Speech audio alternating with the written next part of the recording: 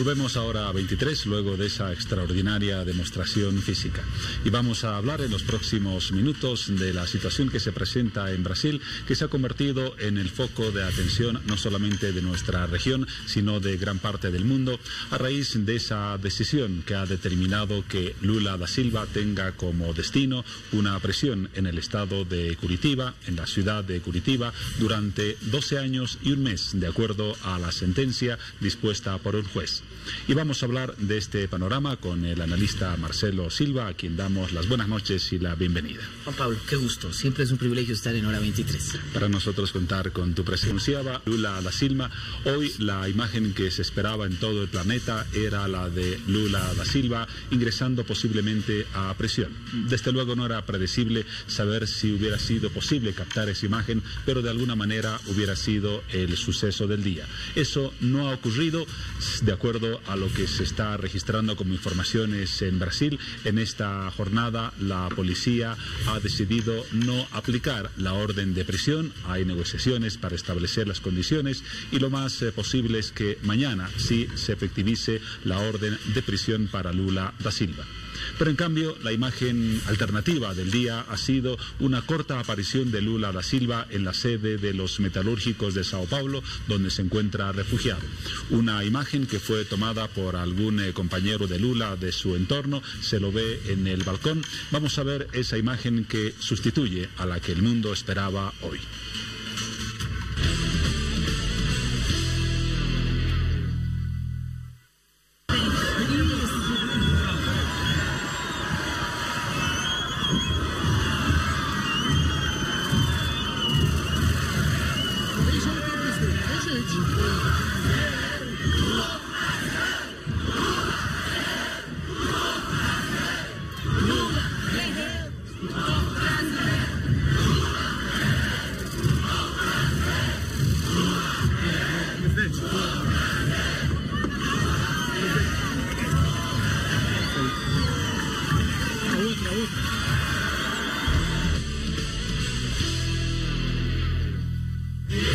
Una imagen muy corta, 30 y tantos segundos. ¿Qué dice Marcelo como expresión de lo que ha sido el termómetro político de hoy en Brasil, esa imagen de Lula en el balcón, de gente vitoreándolo?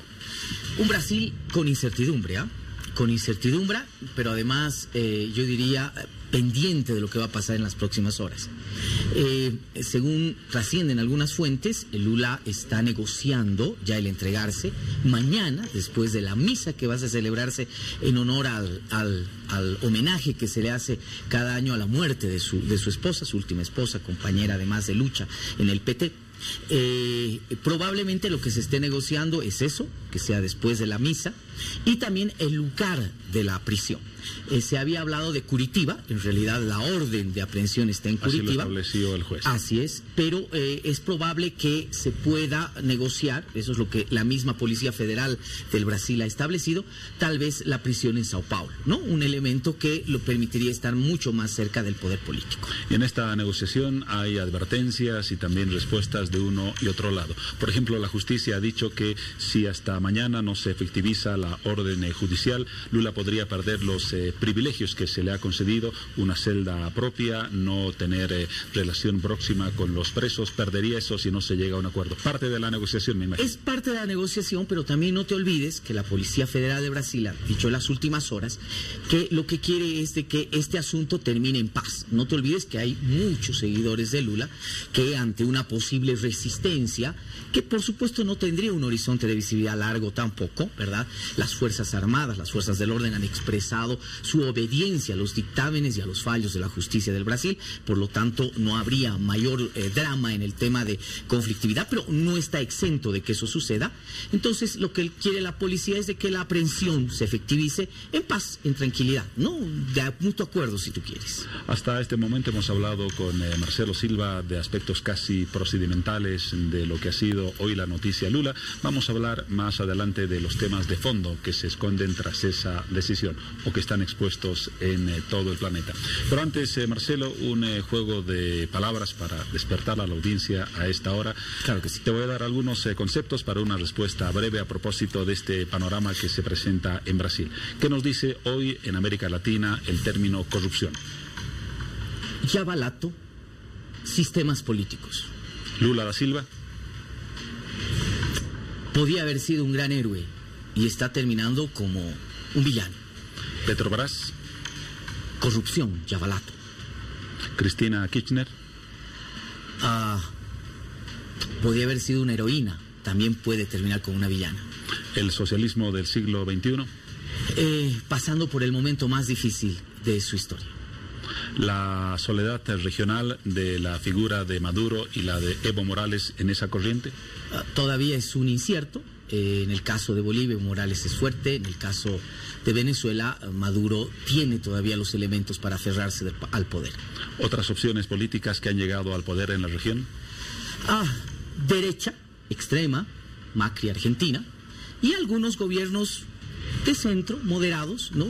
Pero de alguna manera el panorama en América Latina ya no es homogéneo. ¿Justicia independiente? Difícil tarea de los sistemas políticos latinoamericanos. Gracias, Marcelo, por ese ejercicio. Vamos a comenzar a hablar de los temas de fondo, aunque ya hemos adelantado algo, y vamos a recordar con las siguientes imágenes cuál ha sido la causa que ha detonado la orden de prisión para Lula da Silva. Primero vamos a ver la imagen del departamento Triplex, el que, de acuerdo a las investigaciones judiciales, fue cedido por la empresa OAS a Lula da Silva como una retribución por los contratos que adjudicó el Estado brasileño a la empresa Petrobras y a otras. Vemos para comenzar el frontis de ese edificio, uno de cuyos departamentos pertenece a Lula da Silva. Está ubicado, ustedes ven ya en la siguiente fotografía, la región geográfica en la playa del estado de Sao Paulo. Vamos a ver esa imagen, es esta. Es desde luego un estupendo lugar con una estupenda vista. El departamento estaba valorado o está valorado en 1.2 millones de dólares. Aquí otra imagen de sus interiores. Al ser triplex, desde luego equivale a que tiene 3 niveles. Uno de ellos es la sala de estar y el comedor de ese departamento. Estamos ya viendo otra imagen que corresponde al segundo nivel del departamento cedido, de acuerdo a la investigación, a Lula da Silva, con las características que desde luego es fácil notar y no tanto necesario describir. Vamos a otra imagen con algo más de lo que es ese departamento. La terraza, hay desde luego una piscina que no se ve en esta fotografía y al lado de la piscina una pequeña terraza con esa estupenda vista de este edificio en la playa de Sao Paulo. Marcelo, este ha sido el detonante o uno de los argumentos de la justicia para mandar a Lula a prisión, además de otra acusación y otro delito, el lavado de dinero. A ver, eso es muy interesante. Lo explicaremos rápidamente para que nuestra teleaudiencia lo pueda entender. Lavallato, ¿no? Así se llama la investigación que engloba casos de corrupción que ya están empezando a salpicar a varios países de Latinoamérica. ¿Qué es lavallato y por qué se llama lavallato? No, lavallato es lavador de auto, esos lugares donde tú lavas auto a presión, ¿no? Una palabra en portugués. En portugués. Hace muchos años se inició una investigación acerca del lavado de dinero, ¿no? Dinero que venía del tráfico de drogas, de la venta de armas, de la prostitución, de blanqueo de dinero de otras fuentes, etcétera, etcétera, etcétera. Es decir, de la delincuencia estructurada en el Brasil, ¿no? Este dinero necesitaba fuentes para blanquearse. Las primeras fuentes, en la década de los 90, fueron precisamente la compra de surtidores de gasolina y estos lavallatos, ¿no? Lugares donde tú podías lavar tu auto. Por eso el nombre es paradójico, porque comienzas en esos lugares la investigación, en las gasolineras, y terminas en Petrobras, en una de las empresas más grandes de petróleo del mundo, ¿no? O sea, imagínate cómo ha transcurrido ese tema. Incluso es interesante una parte de la investigación a propósito del lavallato, que se decía que había reuniones que se realizaban entre las personas que organizaban estos delitos de corrupción en lugares donde se lavaban autos.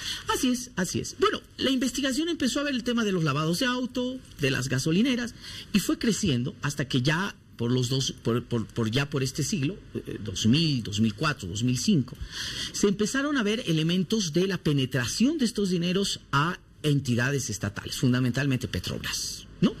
Es decir, Petrobras había recibido, varios ejecutivos, varios dirigentes, personeros de Petrobras, habrían recibido plata, coimas de estos dineros ilícitos y de alguna manera habían sido lavados o intentado ser lavados en algunos negocios de Petrobras. Claro, esto no solamente implica a Petrobras, sino a otras empresas, Odebrecht, la que está causando pánico en este momento en el Perú fundamentalmente, ¿no? Y también OAS. ¿No? Hay otra que es Camargo Calvao, que es la que también es una empresa constructora. Estas empresas se dedicaban a recepcionar estos dineros ilícitos y a presentarse como una especie de ofertantes de coimas para poder meter sus trabajos a sus empresas a diferentes gobiernos de América Latina, ¿no? Es decir, a ver, hombre, estás en campaña, te voy a dar unos milloncitos, ¿no? Pero a cambio de que me des unos milloncitos para la campaña o para estos otro tipo de gastos, yo necesito que me garantices que luego me vas a firmar un contrato con mi empresa. Que voy a hacer una carretera. A la investigación es lo que sucedió en Brasil. Exactamente. Y esa relación se estableció con el PT, el Partido de los Trabajadores de Lula. No solamente. Y no solamente. Fue la cabeza quizás más... No solamente. Mira, el tema... la investigación data desde el gobierno de Enrique Cardoso. O sea, hay algo muy interesante que hoy escuchaba en algunas noticias del Brasil. No hay partido, no hay líder político que haya sido importante en el último tiempo en el Brasil que no esté salpicado, que no esté implicado, sea de derecha o sea de izquierda, en el tema de negocios. Aunque el caso de Lula es el más drástico de este momento. No te olvides que a la expresidenta Dilma Rousseff, se la acusó. Al final no se le pudo comprobar, pero se le acusó de haber recibido plata de Petrobras, de estos dineros, precisamente para financiar su campaña. A Aécio Neves, que era el candidato contrincante, también se le acusó exactamente de lo mismo.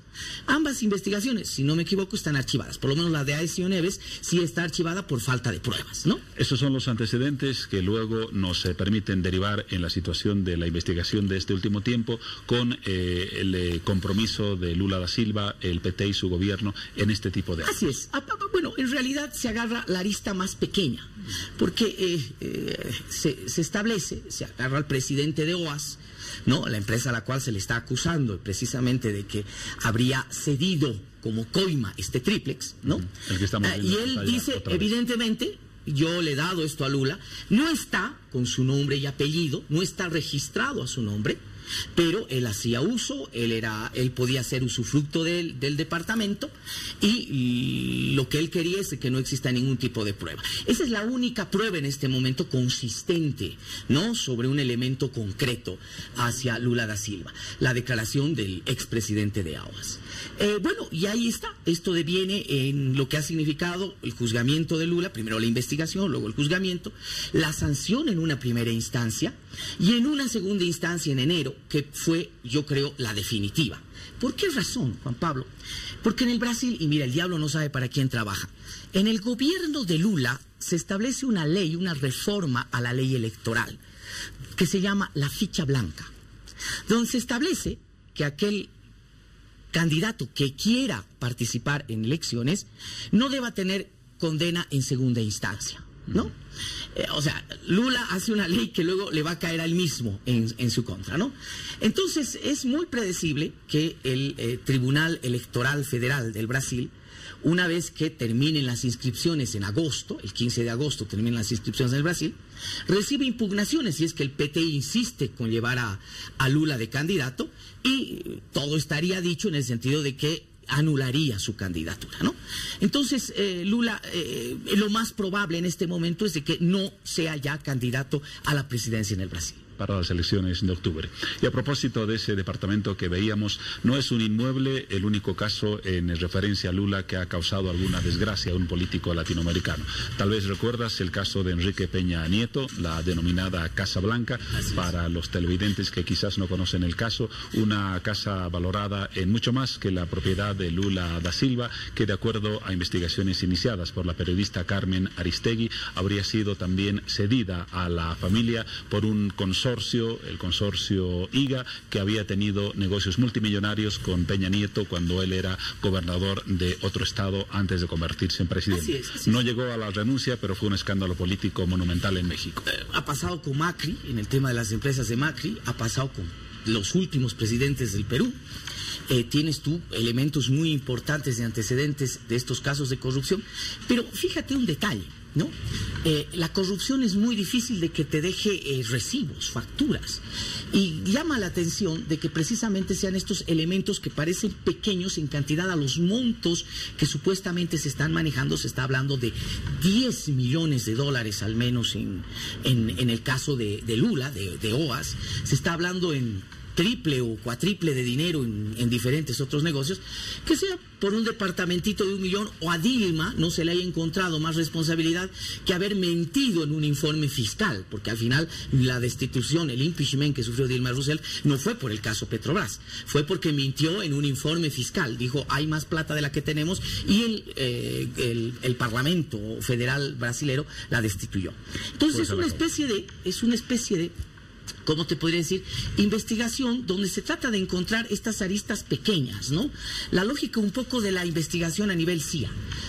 Tú tienes que dejar alguna huella, alguna pista, ¿no? No necesariamente la factura del gran negocio, y por ahí vamos a agarrarte. Un gran resultado. Claro, o sea, parece increíble que cuando estamos hablando de montos que sobrepasan los 100, 200, 300 millones de dólares, un presidente haya caído por un departamento que vale $1,5 millones de dólares. Y las paradojas de la existencia y de la vida política. Vamos a ver a continuación, por ejemplo, las imágenes de lo que posiblemente sea, es lo más probable, el nuevo hábitat de Lula en los próximos años. Veíamos hace algunos instantes el lujoso departamento.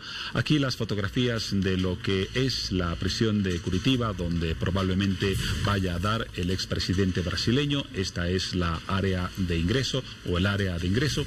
Vemos una segunda fotografía donde ya se aprecia el pabellón interior, uno de los cuales muestra esta imagen. Una habitación tipo donde están internados los reclusos en pareja. En el caso de Lula da Silva se ha anunciado que se habilitará una celda especial, no tendrá un compañero, será una celda parecida a esta, la habitará solo él, tendrá un baño privado, pero no gozará de más privilegios. 2 horas al día para pasear en el patio solo y gozar de los rayos del sol, vestirá el tradicional uniforme naranja de los reclusos y en los primeros meses no podrá recibir visitas de familiares. Marcelo, un drástico cambio de vida. De ese departamento a esta celda es el tránsito simbólico quizás de cómo puede degradarse el poder.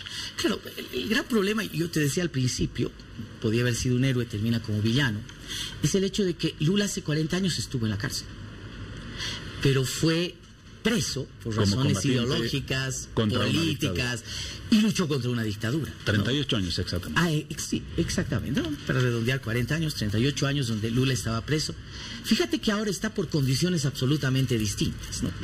Antes estaba preso por la ideología, por liberar al pueblo brasileño de la dictadura, además por estar muy, pero muy ligado a una lucha revolucionaria de cambio de modelo, que prácticamente en su gestión trató de aplicarlo con los elementos limitantes de una democracia, por supuesto que en las cuales tú tienes que dar espacios también a la oposición, pero ahora estaría en esa cárcel por razones de corrupción, por haberle robado al Estado brasileño y fundamentalmente por haber intentado incurrir en actos ilícitos de lavado de dinero económico, que yo creo que es uno de los elementos que lo convierte en villano, lo podría convertir en villano. Ahora bien, el gran problema en el Brasil creo que ya no va a estar enfocado en Lula. Yo creo que después de mañana, que yo creo que se va a concretizar la detención de Lula, ¿no? Inmediatamente se configura un tablero para las elecciones del 7 de octubre.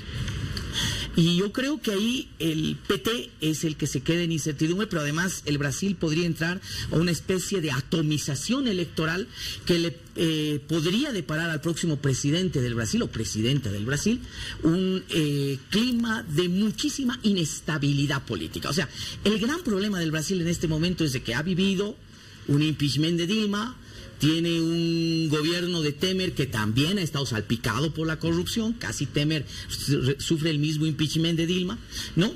Y pareciera que el problema de inestabilidad política en el Brasil todavía va a tener un largo periodo. Solo te doy un dato, Juan Pablo.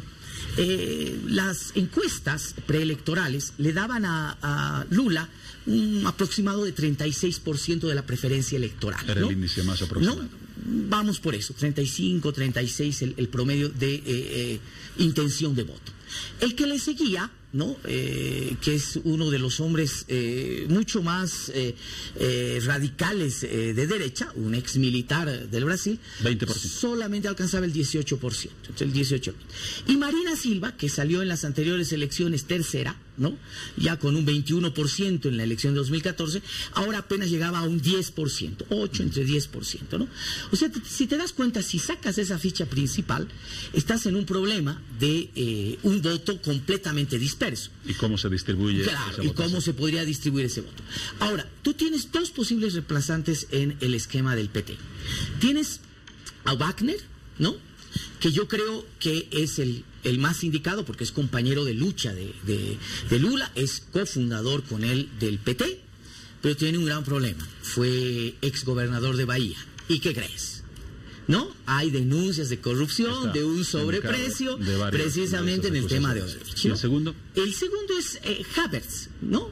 Él fue exalcalde de Sao Paulo. Y él evidentemente tiene un mejor perfil, pero no tiene un perfil político que necesitaría en este momento el PT. Tiene un perfil más técnico. Ha sido ministro de Planificación, ministro de Economía, es filósofo, es economista, ¿no? Entonces es un hombre que está muy apartado de la lucha política y más bien tiene un perfil más técnico. Lo que el PT debería llevar en este momento es, por supuesto, un perfil político que esté a la altura de Lula. Son dos nombres que vamos a escuchar mencionar con frecuencia en los próximos meses. Antes del final, Marcelo, te pido que vayas reflexionando un criterio final respecto a cuál es la principal lección que deja para la democracia latinoamericana lo que acaba de suceder en Brasil. Pero antes, mientras reflexionas esta pregunta para la correspondiente respuesta, uno de los tantos criterios que se han conocido en las redes. Vamos a este cuadro que expresa, por ejemplo, el punto de vista del economista Gonzalo Chávez a propósito de lo que ha pasado y está pasando en Brasil.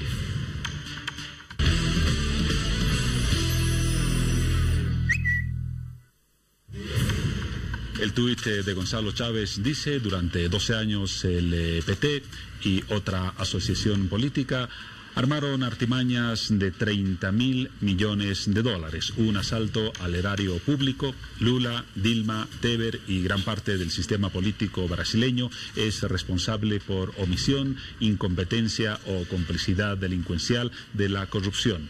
El legado, o más bien el departamento de Lula, equivale a la punta del iceberg.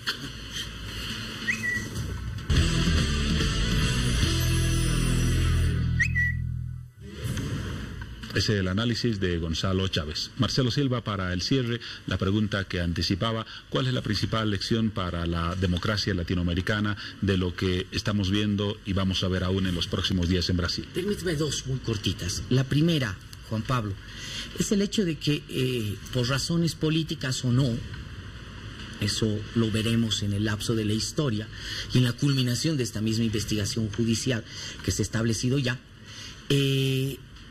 creo que América Latina ha dado un gran paso o está dando un gran paso contra la impunidad, ¿no? Es decir, el caso del Yavalato, que, insisto, está tocando a los grandes países de América Latina, ha rozado a Argentina, a Paraguay, ha generado crisis política y la sigue generando probablemente en el Perú.